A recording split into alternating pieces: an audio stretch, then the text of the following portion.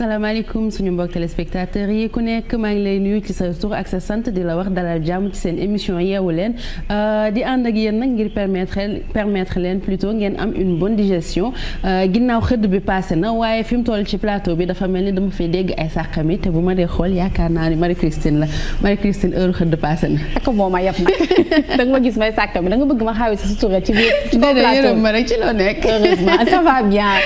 Bijou sant alhamdulilah. damay nuyu Ibou Kane nuyu Astou Ben Thioub waaye tamit duma taay ci nuyu ñi nga xam ne saa su ne ñun ñooy yàq seen i nelaw ku ci nekk fekk naa la fi nga toog ne la jàpp sama loxo naa leen dal leen ak jàmm ci seen biir émission yeewu leen. ku ci nekk yaa ngi naan koy jàpp sa loxo xam naa ni Astou Mbène du ñàkk mu bëgg nuyu waa téléspectateurs yi ñuy seetaan. d'abord ma nuyu ñi ma bokkal plateau bi moo xam muy yow Marie-Christine wala bokk Ibou Kane nuyu tamit ñi nga xam ne dañoo bàyyi seen yitte jàkkaarloo ko télévision Futur Média di leen wax rek comme ça su ne seen mbégte suñu yitte.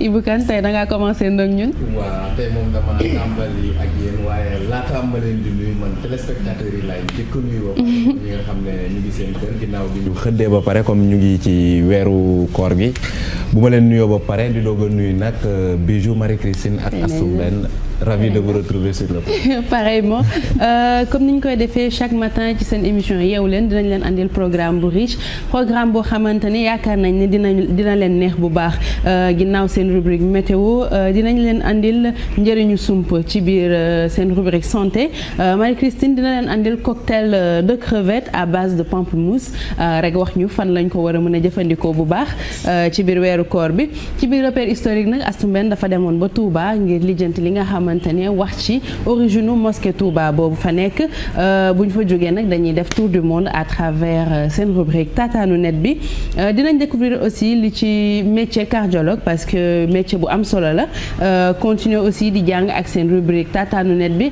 waaye du ñu fàtte benn yoon li nga xam ne mooy ngëneelu koor ndax ci koor gi la ñu nekk te am na conseil yoo xam ne ñu ci bëri ci ñun soxla nañu ko mais nag yeewu leen information la ñu wax kon Mamadou Mouhamed Ndiaye dina ñëw ci seen rubrique revue de presse bu ñu fa jógee Astou Mbène ci bu def li nga xamante ne mooy xibaar yi en wolof def la une des journaux mais comme d'habitude nous commençons avec les informations en wolof Astou Mbène. Merci Khady. Les informations en français, une tasse actu bien sucrée pour la région de Diourbel qui accueille ce jeudi le 4e conseil des ministres décentralisé et les bonnes nouvelles commencent à tomber dans cette localité.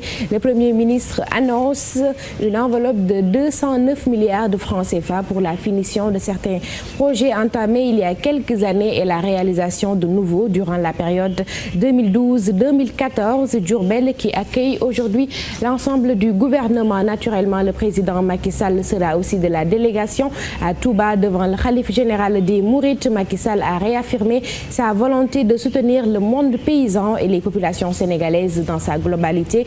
Le président était en audience avec le khalife général des Mourides, Cheikh Sidi Mokhtar Mbacké. Parlons de toute autre chose. Le rapport d'audit 2010 de l'autorité de régulation des marchés publics sur la table des organes de presse. 5 entreprises publiques et 3 ministères ont été épinglés. Au total, la RMP a auditionné 83 structures sur 90, 4113 marchés passés au peigne fin pour un montant total de plus de 246 milliards de francs CFA. Dissa Préra et Ibou Cissé étaient de la rencontre. Les audits du FESMAN et du COUD ne sont pas annulés, mais juste différés faute de documents. C'est ce qu'ont déclaré les autorités de l'Agence de régulation des marchés publics. Nous n'avons pas dit que nous ne ferons pas d'audit. J'ai dit ces audits sont différés. Ces audits sont différés. Nous avons fait des échanges avec les autorités contractantes parce que nous avons exigé d'avoir les documents. Mais la Cour des comptes était déjà au niveau donc du COUD et l'IGE était déjà au niveau du FESMAN. Et la presse a informé largement sur ces audits qui sont en cours. Sur les 90 structures, seules 83 ont été effectivement auditées par l'agence. Les autres sont en train d'être suivis par d'autres corps de contrôle. Mën nañu wax ni daal 2010 audit yi am na avancée significative amélioration yu am solo.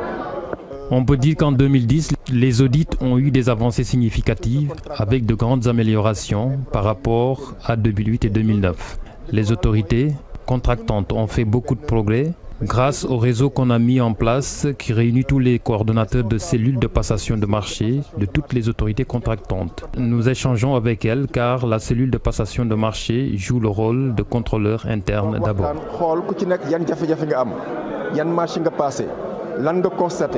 D'après les autorités de l'ARMP, il y a noté une évolution positive entre les audits de 2008 et ceux de 2010, car l'État a économisé et même beaucoup économisé.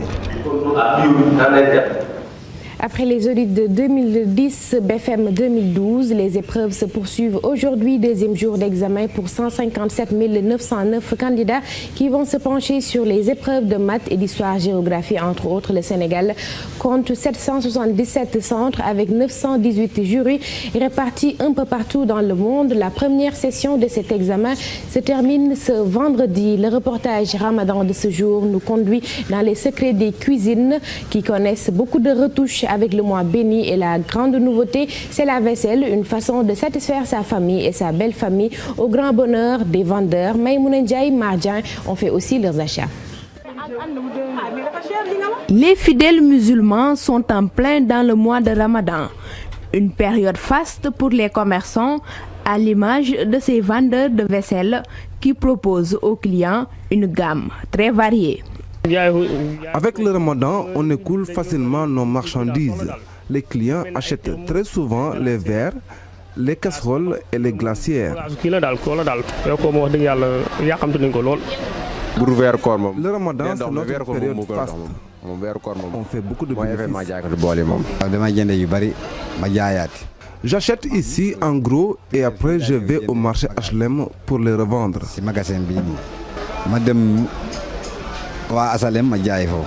Le Ramadan, c'est aussi une occasion pour de nombreuses familles sénégalaises de renouveler leur vaisselle.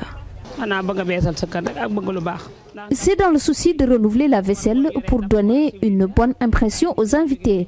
Je pense que c'est tout à fait normal. C'est une fois dans l'année, autant nous sacrifier pour acheter de bonnes vaisselles. Et en plus, la belle famille est là.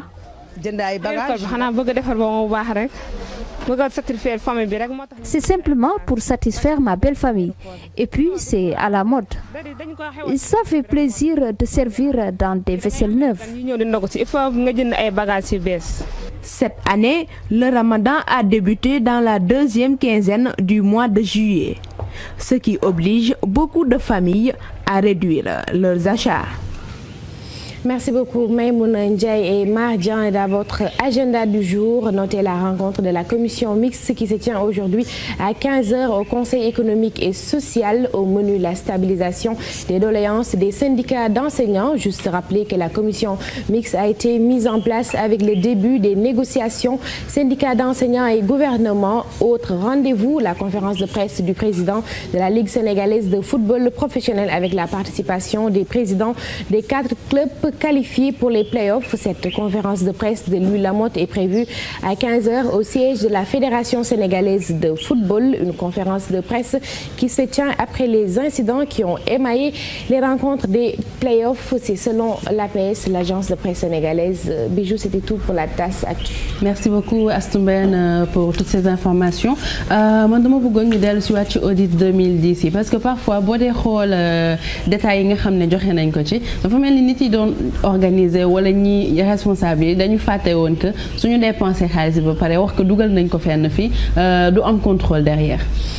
Dina am contrôle bien sûr yenn saa yi ni nga ko waxee noonu la man du sax ne damay jàpp ne dañu koy fàtte waaye doxale la ci sa bëgg-bëgg la doxale la ci anam koo xamante ni si daf la neex sans pour autant nga suur askan wi nga xam ne moom moo la fi tax a toog ndax bu ñu xoolee audit yi bu ñu xoolee li nga xamante ne si yëkkati nañu ko ci conférence de presse bi.